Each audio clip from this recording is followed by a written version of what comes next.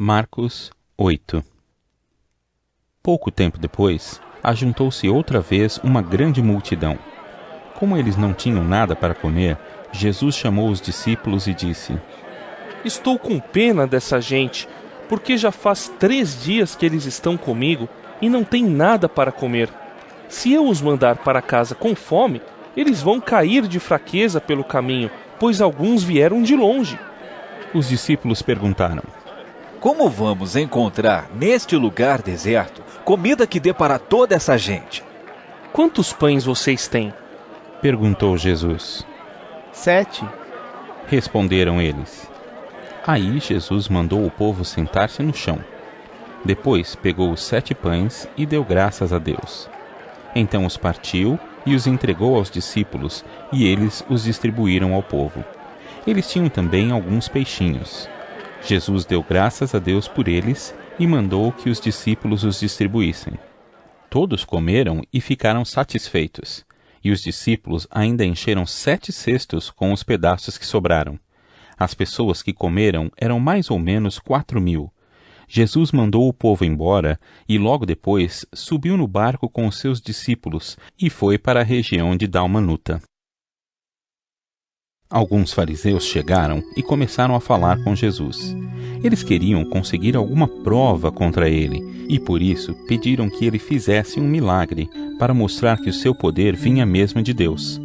Jesus deu um grande suspiro e disse: Por que as pessoas de hoje pedem um milagre? Eu afirmo a vocês que isto é verdade. Nenhum milagre será feito para estas pessoas. Então Jesus foi embora. Ele subiu no barco e voltou para o lado leste do lago. Os discípulos haviam esquecido de levar pão e só tinham um pão no barco. Jesus chamou a atenção deles, dizendo: Fiquem alertas e tomem cuidado com o fermento dos fariseus e com o fermento de Herodes. Aí os discípulos começaram a dizer uns aos outros: Ele está dizendo isso porque não temos pão. Jesus ouviu o que eles estavam dizendo e perguntou: Por que vocês estão discutindo por não terem pão? Vocês não sabem e não entendem o que eu disse? Por que são tão duros para entender as coisas? Vocês têm olhos e não enxergam? Têm ouvidos e não escutam? Não lembram dos 5 pães que eu parti para 5.000 pessoas? Quantos cestos cheios de pedaços vocês recolheram?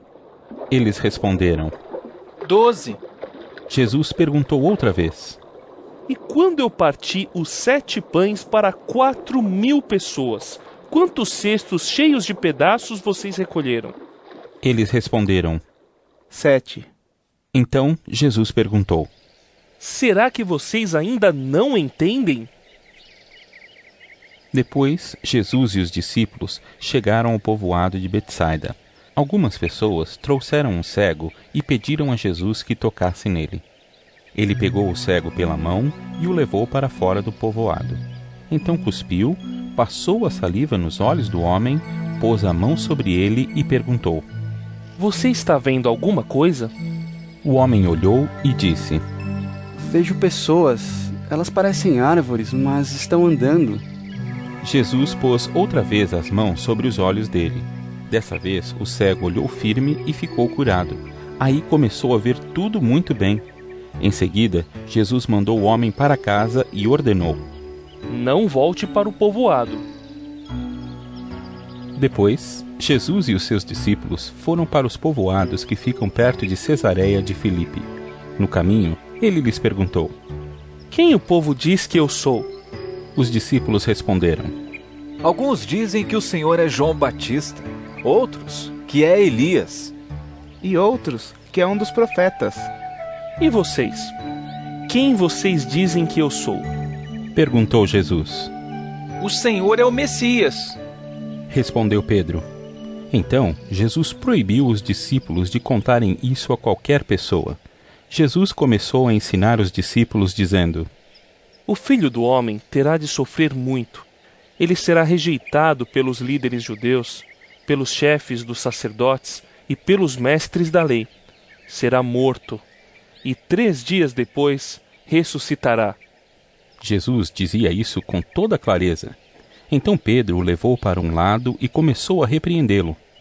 Jesus virou-se, olhou para os discípulos e repreendeu Pedro, dizendo: Saia da minha frente, Satanás! Você está pensando como um ser humano pensa, e não como Deus pensa. Aí Jesus chamou a multidão e os discípulos e disse: Se alguém quer ser meu seguidor, que esqueça os seus próprios interesses. Esteja pronto para morrer como eu vou morrer e me acompanhe. Pois quem põe os seus próprios interesses em primeiro lugar, nunca terá a vida verdadeira. Mas quem esquece a si mesmo por minha causa e por causa do Evangelho, terá a vida verdadeira. O que adianta alguém ganhar o mundo inteiro, mas perder a vida verdadeira? Pois não há nada que poderá pagar para ter de volta essa vida. Portanto, se nesta época de incredulidade e maldade alguém tiver vergonha de mim e dos meus ensinamentos, então o Filho do Homem, quando vier na glória do seu Pai com os santos anjos, também terá vergonha dessa pessoa.